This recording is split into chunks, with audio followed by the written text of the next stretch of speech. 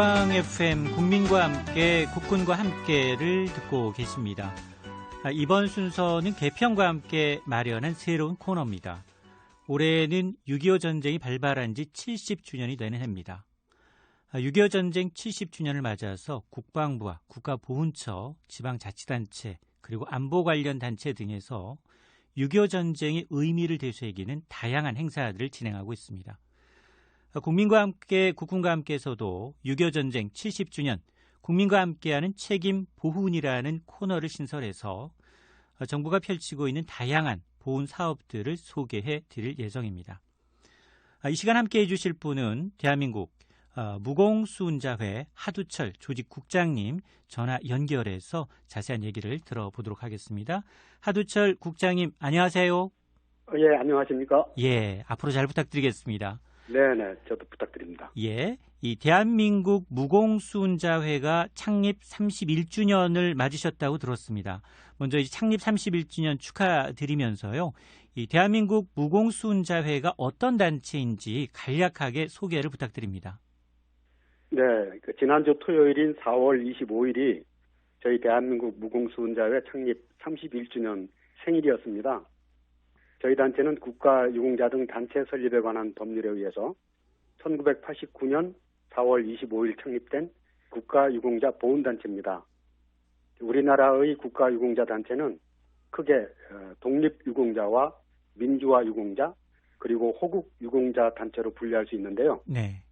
저희 단체는 6.25 전쟁과 월남전에 참전해서 무공훈장을 받았거나 대간첩작전에서 무공훈장을 받은 분들 그리고 국가안전보장에 기여한 공로로 보국훈장을 받은 분들이 회원이 됩니다. 예. 본인 회원이 돌아가셨을 경우에는 선순위 유족이 유족회원으로 등록을 할 수 있습니다. 예. 자, 이 유공자를 크게 세 가지로 분류를 해주셨습니다. 독립유공자, 민주화유공자, 호국유공자 단체. 자, 이 가운데에서도 지금 대한민국 무공수훈자회에는 이 무공훈장을 받으신 분들 그리고 이제 보국훈장을 받으신 분들 이런 분들이 이제 회원이다라고 해주셨는데 현재 이 회원 수는 얼마나 되는 거죠? 네, 금년 4월 말 현재 약 11만 9천여 명입니다. 6.25 전쟁에서 무공훈장을 받은 분들이 한 8천여 명, 월남전 무공수훈자가 7천여 명, 대간첩 작전 무공수훈자가 4천여 명, 이렇게 무공수훈자가 1만 9천여 명 정도 되고요. 보국훈장 수훈자가 3만 6천여 명, 그리고 유족회원이 6만 3천여 명입니다. 예. 뭐 창립 31주년을 다시 한번 축하드리겠습니다.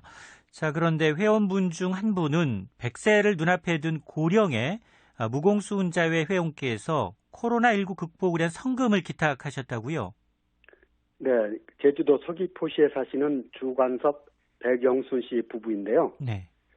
육군 하사로 6.25 전쟁에 참전해서 화랑 무공훈장을 받으신 주관섭 무공수훈자회 회원께서는 코로나 사태가 확산되면서 많은 사람들이 어려움에 처하고 있다는 뉴스를 듣고 지난 4월 초에 거동이 불편한 몸이지만 직접 서귀포시를 방문해서 2천만 원의 성금을 기탁했습니다. 주관섭 백영순 씨 부부는 이번뿐만이 아니고요. 지난 3월에도 제주 사회복지 공동모금회에 400만 원, 또 서귀포시 동흥동 노인회에 100만 원을 기탁하는 등 이웃사랑을 실천해 오셨던 분들입니다. 예. 자, 그런데 막상 이 참전 용사분들, 이 보훈가족들의 이제 가정 형편도 그렇게 이제 넉넉한 편이 아니라고 들었는데 어떻습니까? 네, 이 주관섭 회원님도 마찬가지인데요. 예. 올해가 99세, 본인 말로는 호적이 잘못돼서 실제로는 101세가 되신다고 하는데요. 예, 예. 부인도 82세의 고령이기 때문에 별다른 수입이 없는 상태입니다. 그래서 화랑 무공훈장 수훈자에게 지급되는 월 37만 원의 무공영예수당하고 정부에서 지원하는 생활지원금 80여만 원으로 아주 빠듯하게 생계를 꾸려나가고 계신데 네.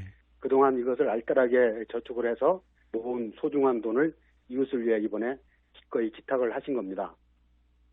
함경남도에서 태어나신 주관섭 회원님은 6.25 전쟁을 피해서 남쪽으로 내려왔다가 나라를 지키기 위해 국군으로 참전을 하면서 화랑 무공훈장을 받게 됐는데요. 서울에서 백할머니를 만나 결혼 생활을 하다가 30여 년 전에 제주도에 터전을 잡았다고 합니다. 예. 정말로 별다른 수입이 없는 가운데 수천만 원뿐만 아니라 그동안도 다양한 기부활동, 이웃사랑을 실천해 오셨습니다. 정말 감사하고 고맙다는 말 전해드리고 싶고요. 대단히 존경스러운 분들이신데, 자, 이런 분들이 계시기 때문에 현재 우리가 겪고 있는 여러 가지 어려움도 반드시 극복해낼 수 있다라는 확신을 갖게 됩니다. 자, 이 밖에도 다른 이 미담 소식도 있으면 소개해 주실까요? 네, 코로나19 극복을 위한 여러 가지 소식들이 있습니다. 대한민국 무공수훈자회 경북 의성군 지회 강원진 지회장께서 200만 원의 성금을 의성군청에 기탁하셨고요. 경북 안동시 지회는 다른 보훈단체와 함께 보훈단체 협의회 이름으로 안동시청에 100만 원, 또 경기도 광명시 지회도 보훈단체 협의회 이름으로 광명시청에 성금 200만 원을 각각 전달한 바 있습니다. 경기도 평택시 보훈단체 협의회는 무공수훈자회를 포함한 9개 보훈단체의 만장일치 의견으로 평택시에서 지원받은 전적지 순례 보조금 3,500만 원을 평택 지역 코로나19 극복을 위해 써달라고 반납하게 됐고요. 또 중국에 살고 있는 독립유공자 후손들이 지난 3월에 코로나19 성금 6만 위안, 원화로 1,050만 원을 국가보훈처에 보내왔었는데요. 네. 국가보훈처는 독립유공자 후손들을 위해 사용하도록 이 성금을 광복회로 전달을 했고, 광복회는 마스크와 손 소독제를 구입해서 대구와 경북 지역 독립유공자 후손들에게 전달했습니다. 그렇군요. 이 밖에도 대한민국 상위군경회, 4.19 혁명 공로자회, 대한민국 고엽제 전우회 등에서도 성금을 기탁하거나 마스크와 손 소독제를 지원했고요. 대한민국 특수임무유공자회는 지난 2월 말부터 재난구조단을 중심으로 지자체와 협조해서 지역사회 방역 활동에 적극 동참하고 있습니다. 한편 보훈가족 가정을 방문해서 가사와 간병 등을 지원하는 재가복지 서비스를 담당하는 전국 보훈 섬김이들이 계신데요. 네. 이분들이 참여한 국가보훈처 노동조합이 있습니다. 이 노동조합이 자체적으로 모금 활동을 펼쳐서 마련한 성금 1,000만 원을 대구지방보훈청에 전달하기도 했습니다. 예. 대한민국 무공수훈자회 이 11만 9천여 명 회원분 모두가 영웅이십니다. 자, 다음 소식은 이 코로나19 확산 방지와 극복을 위해서 국가보훈처 차원에서도 다양한 활동을 벌이고 있다고요? 네, 우선 코로나19 확산 차단을 위한 사회적 거리두기 차원에서 지난 6월 말부터 각 보훈단체의 각종 행사를 모두 잠정 중단한 상태이고요. 박삼득 국가보훈처장은 지난달 11일부터 코로나19 확산에 대응하기 위해 고령 국가유공자 등을 살피고 보훈요양원과 보훈병원 등을 방문해서 감염 확산 차단을 위한 현장 점검 활동을 벌이고 있습니다. 박삼득 보훈처장은 서울과 충남 천안, 대구 지역의 홀로 거주하는 고령 국가유공자 가정을 방문해서 마스크 등의 위생용품과 생필품을 전달하고 보훈재가 서비스가 재택근무로 전환되는 데 따른 어려움은 없는지를 살폈습니다. 예. 또 국민안심병원으로 운영 중인 중앙보훈병원과 감염병 관리기관 및 전담기관으로 지정된 대전, 대구 보훈병원을 방문해 감염 예방 대책을 살피고 의료진들을 격려했습니다. 예.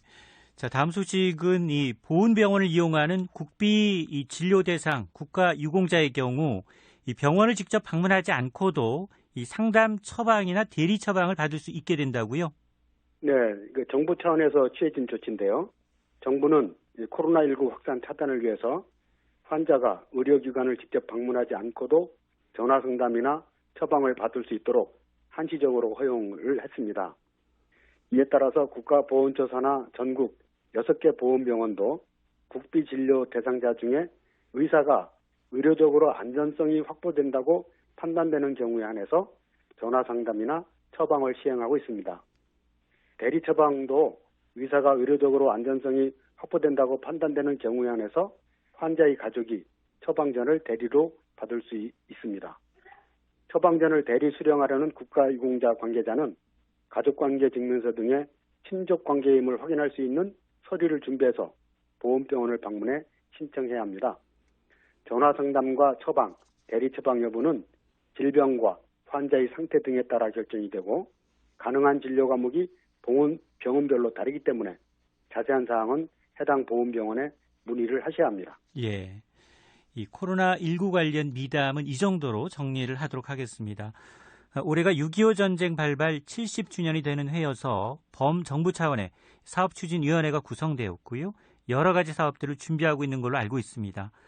6.25 전쟁 70주년 관련 사업 진행 소식은 앞으로 이 시간을 통해서 그때그때 전해주시기 바라겠고요. 자, 이 대한민국 이 무공수훈자회가 별도로 추진하고 있는 6.25 전쟁 70주년 기획 사업에 대해서도 소개를 좀 해주실까요? 예, 저희 단체에서는 6.25 전쟁 70주년을 맞아서 국방홍보원에서 발행하는 국방저널과 함께 6.25 전쟁 영웅을 찾아라는 특별기획 보도를 진행하고 있습니다. 6.25 전쟁에서 전공을 세우고 무공훈장을 받은 분들을 한 달에 한 분씩 직접 찾아가서 인터뷰를 하고 국방저널과 국방일보에 특집 기사를 게재하는 방식인데요. 네. 지난 1월에 태극 무공훈장 수인자인 최득수 2등 상사를 취재, 보도한 것을 시작으로 지금까지 4분의 무공수훈자 회원을 취재했습니다. 3월에 보도된 김석구 육군대위는 백마고지 전투에서 을지 무공훈장을 수훈하신 분이고 4월 5에 보도된 해병대 지형렬 소위는 장단지구 전투에서 충무 무공훈장을 받으신 분이었습니다. 또 지난 4월 중순에는 육군 3, 4단이 치른 주요 전투에서 을지 무공훈장 1개, 충무 무공훈장 2개, 화랑 무공훈장 3개를 받은 서국신 대위를 취재했는데 국방저널 5월 5에 보도할 예정입니다. 투병 중에 불편한 몸으로 저희들의 취재에 응해 주셨던 최득수 2등 상사께서는 병 출신으로 태극 무공훈장을 받은 유일한 생존자이셨는데 네. 안타깝게도 저희들이 취재하고 한 달쯤 후에 작고하셔서 마음을 아프게 했습니다. 6.25 전쟁 영웅을 찾아 기획보도 외에 저희 단체가 매년 실시하는 장진호 전투 영웅 추모행사도 올 9월 22일 실시할 계획으로 준비하고 있는데 6.25 전쟁 70주년의 의미를 잘 살릴 수 있도록 본 추모행사와 함께 장진호 전투 사진 전시회, 장진호 전투 전사 세미나, 장진호 전투 기억하기 문예작품 공모 등의 다양한 행사를 기획하고 있습니다. 예. 계획하고 계신 70주년 기획 사업들이 모두 성공리에 펼쳐지기를 기원하겠습니다. 오늘 말씀 여기까지 듣겠습니다. 고맙습니다. 네, 감사합니다. 네, 6.25 전쟁 70주년 국민과 함께하는 책임 보훈. 지금까지 대한민국 무공수훈자회 하두철 조직국장을 연결해서 자세한 얘기를 들어봤습니다.